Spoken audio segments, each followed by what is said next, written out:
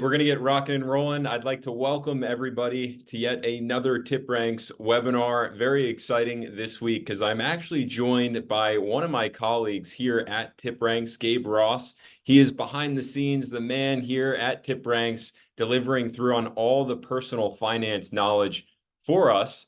So today, I have the opportunity for all of us to dive into Gabe's world of personal finance, to talk all about the steps before investing, why it's important, and even double down on some of the hottest personal finance TipRanks tools. So with that being said, first and foremost, Gabe, I want to welcome you to our webinar. If you want to give a quick rundown of what you do at TipRanks here on the day in and day out basis for us, and then we'll dive into some questions. Thanks, Ari. Thanks for that wonderful introduction. Like I said, like I already mentioned, my name is Gabe Ross. I'm the personal finance writer here at TipRanks. It's a relatively new feature that we've opened up about half a year ago. And we have a number of different tools that can help you if you're looking at, mortgage calculators, auto loan calculators, things of that nature. My job is a really fun one. I get to write about personal finance issues. Day in and day out. And we have, check our website. We have new content coming up every week, if not daily. Spotlighting various, issues related to personal finance. Why should you have an emergency fund? What are the steps to take before you start investing? Should you co-sign a loan? When are you ready to buy a house? Everything you can think about. And probably, hopefully, we haven't exhausted the subject matter because there's so much there, but it's really interesting to dive into that field and kind of helps people understand a little bit about their personal finances and the questions they should be asking themselves on a day in and day out basis. So when it comes to personal finance, and I know we all want to dive right into investing and just throwing money into the market, but that step to actually ensure that you have the personal finance knowledge, I think is crucial. And that emergency savings fund that you talked about, I want to actually start there and ask you why it is so important that we all have an emergency savings fund before we get invested into the stock market. So it's a great question, Ari, and thank you for that, letting me jump off into that. And I think, that essentially when it comes to the idea of building your wealth and building your, financial security over time, you want to invest in the market, of course. You want to make sure your savings at a good rate, at a smart clip, of course. The issue with having an emergency fund is that what if, you have something that's unexpected? That's the definition of an emergency, and a lot of times people will say, okay, well, I'll just put that on my credit card if I don't have the funds to pay for it right now. I'm talking about a health issue, perhaps, something in your house breaks or your car, you get into a car accident, God forbid. And what happens is when you put money on a credit card and you don't have the funds in your bank account to pay it off immediately, you start going into credit card debt. And this is a wealth destroying path to go down, because credit card debt is often compounded on a daily basis. So it can start skyrocketing. And then before you know it, you're in this huge hole that's almost impossible to climb out of, or it will take years for you to do so. And those are years that instead of putting money aside for the future, you're paying someone else because you've gotten into this debt hole. So the idea of the emergency fund is, the experts vary, but generally the consensus is 3 months of living expenses. If you can, obviously for not everyone, it's possible to get to that right away, but make sure that you have some money aside to pay for these unforeseen events and incidents is really can help you avoid, getting into this deep hole of debt. And, obviously the best way to climb out of debt is to avoid getting in there in the first place.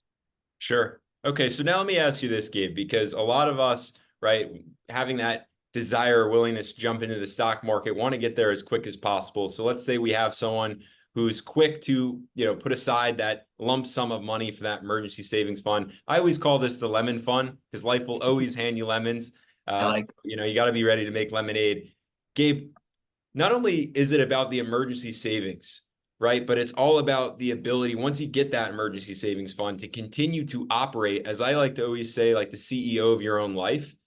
And as we know, operating a business or operating your own finances requires a budget. And I want to ask you, the most simplistic budgets that are out there, which ones can we grab right now? And if we're not well budgeted, put to use so we can either A, generate that emergency savings fund for ourselves, or B, have that fund set aside, but start investing with the lump sums that we should be, and also having enough money to, go after our wants and our needs and everything in between. Wonderful. And so, you've really hit the nail right on the head, Ari. Budgeting is really the one of the central components of personal finance, if not the most important one. And what is a budget, if not a roadmap that will help you plan out your spending and essentially balance between your current needs, your current wants, and your future goals. And building that roadmap, having that plan is part and parcel of a good personal finance hygiene. Now, in terms of the budgeting frameworks, there's a ton to choose from, and not at each of them have their own advantages. One of the most simplest ones out there, and simple, I mean that in the sense that it's really easy to grasp, if not implement, is called the 50-30-20 budget framework. And that's essentially you look at your after-tax income, you put 50% of it aside for your current necessities, i.e., your mortgage or rent payments, your healthcare, food, things of that nature, which you simply have to be able to pay for. 30% for your wants, because if you're not able to treat yourself a little bit, it'll be really hard over the long run to stick with a budget. This is the whole idea of a cheat day if you're dieting. And then 20% you'll put aside for savings and investing. But there's all sorts of different types of budgets for those who are really interested in following every single dollar that they're spending. There's zero-based budgeting. There's loud budgeting, which is kind of a newer TikToky theme where you can if you want to save money, and avoid spending on restaurants, you announce to the world, or at least your social media friends, that you're not going to be going out to a restaurant. Instead, you're going to be baking your own pizzas or whatever. But whatever works for you. I mean, that is the most important point when it comes to budgeting. Find one that you can stick with. The most intensive, strict budget that you don't follow isn't really worth a whole lot. So the most important, idea that you have when you come up with a budget is to find one that works for you. Sure. Let's talk about, I feel, a very freeing subject, retirement. Now, a lot of us, of course, at least statistically wise, we're not set up well for retirement. So I'm going to talk to you a bit about this. As we begin to invest, one of the biggest questions that always comes forth for a lot of investors is, well, do you go right into an IRA? Perhaps you just stick with the 401k, or do you put both, retirement tax advantage accounts aside and just open up a brokerage and start to invest? What are your thoughts on that? What should be the first move? So, well, it's a wonderful question, and it's makes a lot of sense that 401ks and IRAs are grouped together, because, as you said, they're both tax advantage vehicles for investing for retirement. So the 401ks, oftentimes I'll make a quick difference. Basically, a 401k and an IRA, they're money that you can put aside, and there's tax advantages. If you have a traditional 401k or IRA, you contribute money before taxes, and you can decrease your tax obligation in that tax year. But then when you get when you take the money out on the other side, when you hit retirement, then you will be taxed on that income.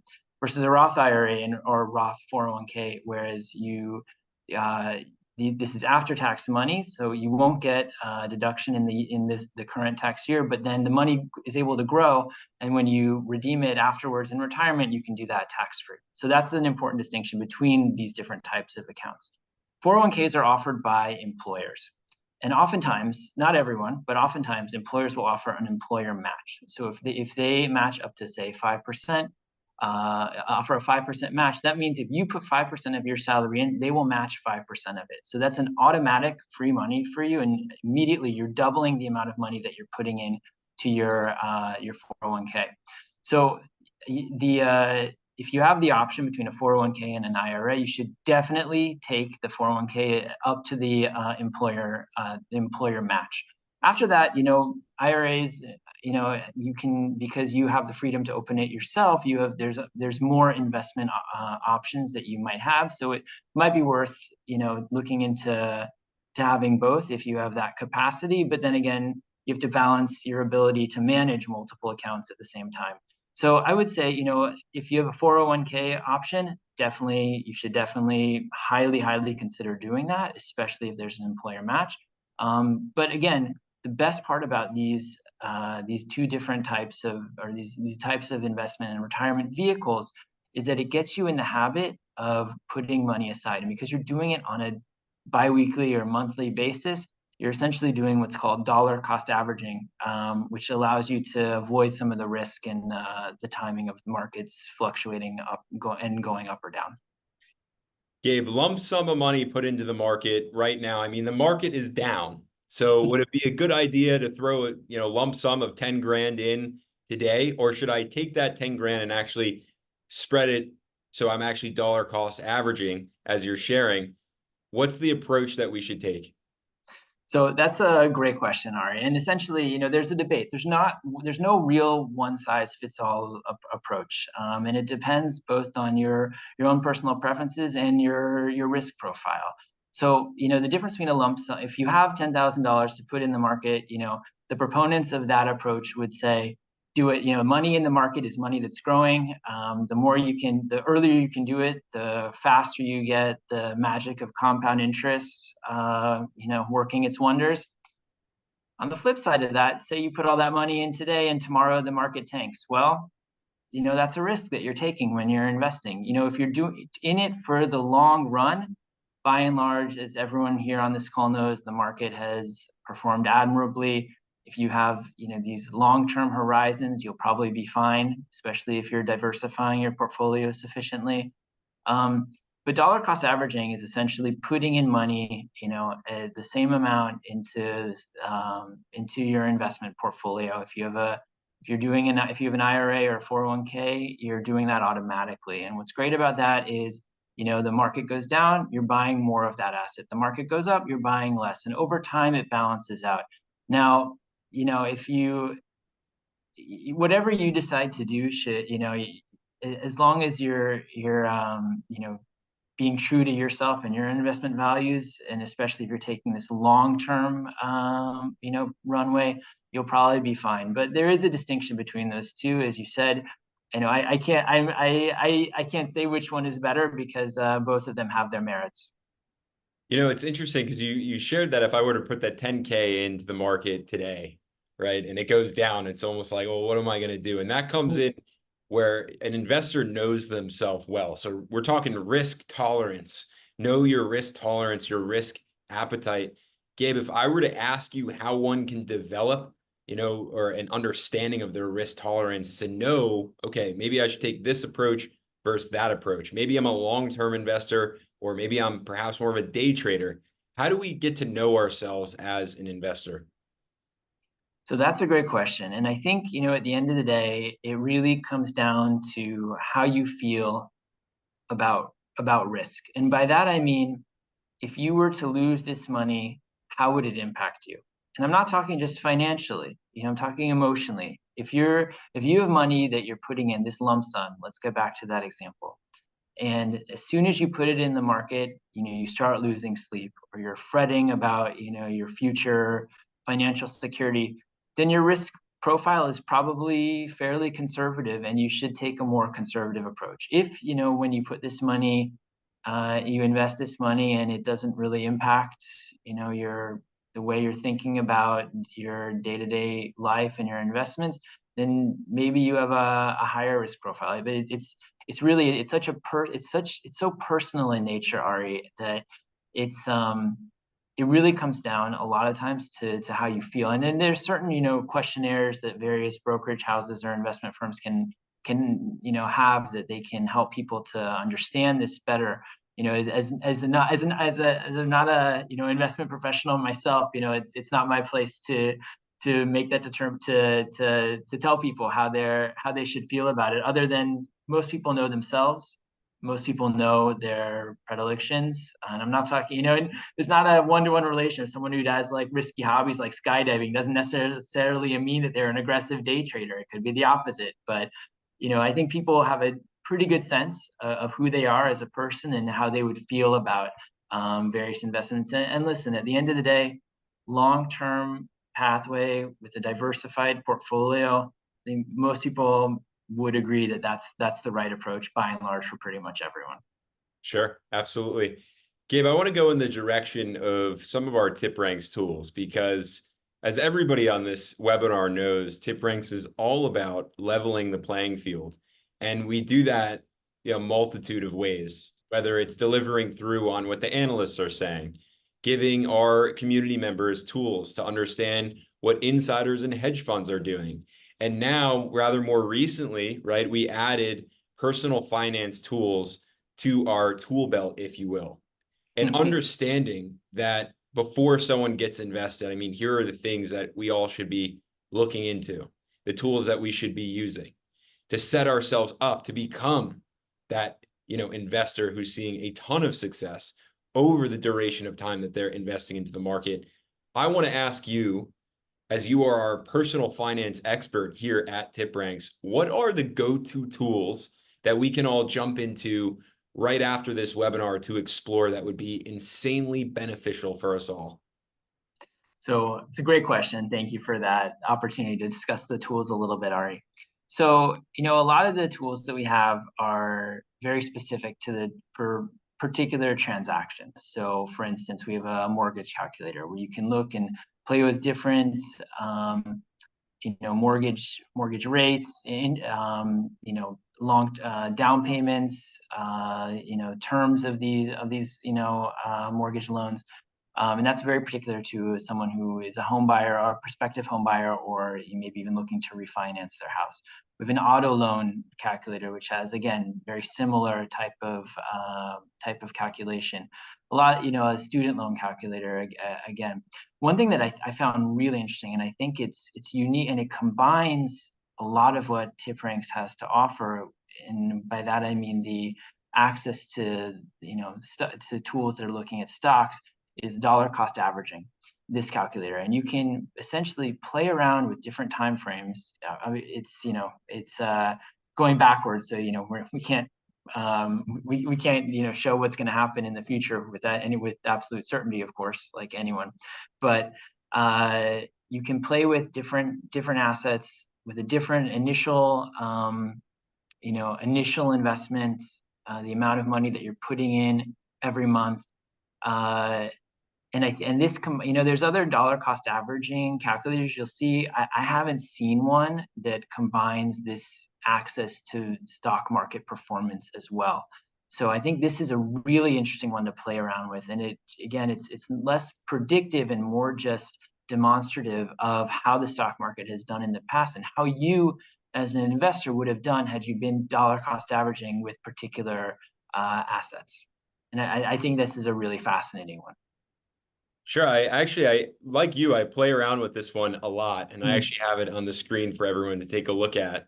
Now, how you get there, it's very simple. You just go on to TipRanks Personal Finance tab. On the right-hand side, you see calculators. Dollar cost averaging calculator is the calculator we're talking about right now. You'll see I just put in ticker symbol VOO, that's VOO. It's the Vanguard's S&P fund. And let's just say someone had the initial investment there of $100,000. Or if we want to go, even be a little more conservative here, 50,000 to throw in, and monthly investment. All those Starbucks coffees may add up, huh? $250 a month we'll put in. And we could select our start month, start year, end month, and end year, and just kind of take a look at what Gabe's sharing here, the power of compound interest over time and what's happening here. And so total amount invested, 66,000, total gain, 56,000. Now, Gabe, on the topic here, I'm going to come back on the screen with everybody on the topic of investing and dollar cost averaging. And while I mentioned Starbucks, right, you wrote an article not too long ago that talked all about the true cost of that cup of coffee. And I want to just end with this question here. As we are navigating through really uncertain times, I always like to joke, we've been throwing around the term unprecedented year for quite some amount of years now. But it really is still in this environment of an unprecedented period of time. And as we go, and consumer spending is still high, there's a lot of confidence right out in the market. Things will get better. Things will get better. what is the true cost of a cup of coffee, or the true cost of spending on things that we really shouldn't be spending so much on? So thank you, Ari, for that. And I asked that, I was being a little cheeky with this article. It was a fun one to write, and essentially the what I wanted to come down to was and again, and I think so much of personal finance is balancing your current spending versus your future wants, your future goals. And I was just looking, if you save, $5 a day on a cup of coffee by brewing it at home versus at that expensive, coffee shop down the street, um, the price of a cup of coffee is not just how much you're paying for it. It's the opportunity cost that you're foregoing by with doing something else with that money. And I think, to me, it was a really interesting, thought experiment to think, well, if I have an extra, let's say $250 a month that I've put away, and I've gotten rid of that part of my discretionary spending, what can I do with that money? And what will it be worth if I go back and put that $250 into that dollar cost averaging calculator, and I had, invested in a mutual fund, or Apple for that matter over the last 5 years. Where would I be today? And I think that's, I think so much of what I've learned from, looking into personal finance, and what I hope readers are learning too, is the importance of being intentional with your decisions and your financial choices. Because at the end of the day, everyone has goals that they want to achieve, in the future, and your ability to do that is intrinsically connected to the financial stewardship that you are taking with your own life, and with your family and your household. And just be smart about these decisions, and understanding that there's always an opportunity cost. I'm not saying to live, to deprive yourself of all these material comforts, but be aware of what the cost is, because there's always a give and take, and you have to be cognizant that what you spend today is money that you won't have tomorrow. Wow, there's no better way to conclude the webinar than with that powerful message. Investors, I'm going to actually leave our chat box open. If you want to ask any questions to Gabe, now would be that time to do it. But Gabe, while we're waiting for any questions that may come in, I'm curious to know where all of us can reach you. If you have viewers out there who have questions, they perhaps want to ask it later, or you have readers. Where can we reach you? Can we send questions into you? What's your email here at TipRanks so we can get our hands on that and fire some questions your way? Sure, happy to, Ari. Well, you can either reach me through, like you said, the chat here, or comments on the YouTube channel. My email is gabe.ross@tipranks.com. Happy to answer any questions, or try to do my best to shed some light on topics that you're interested in. And again, we have this personal finance section, so we have new articles coming up, multiple times a week, and feel free to check in there for new content, and various ideas from the personal world of personal finance. Excellent. Gabe, I want to thank you again for joining us on this webinar. Investors, keep your eyes out for all the personal finance articles that are coming out of TipRanks. They're coming from Gabe and the team here of personal finance experts.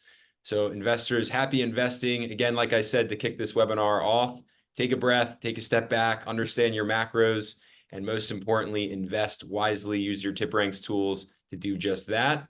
Until next Wednesday, we will see you all there.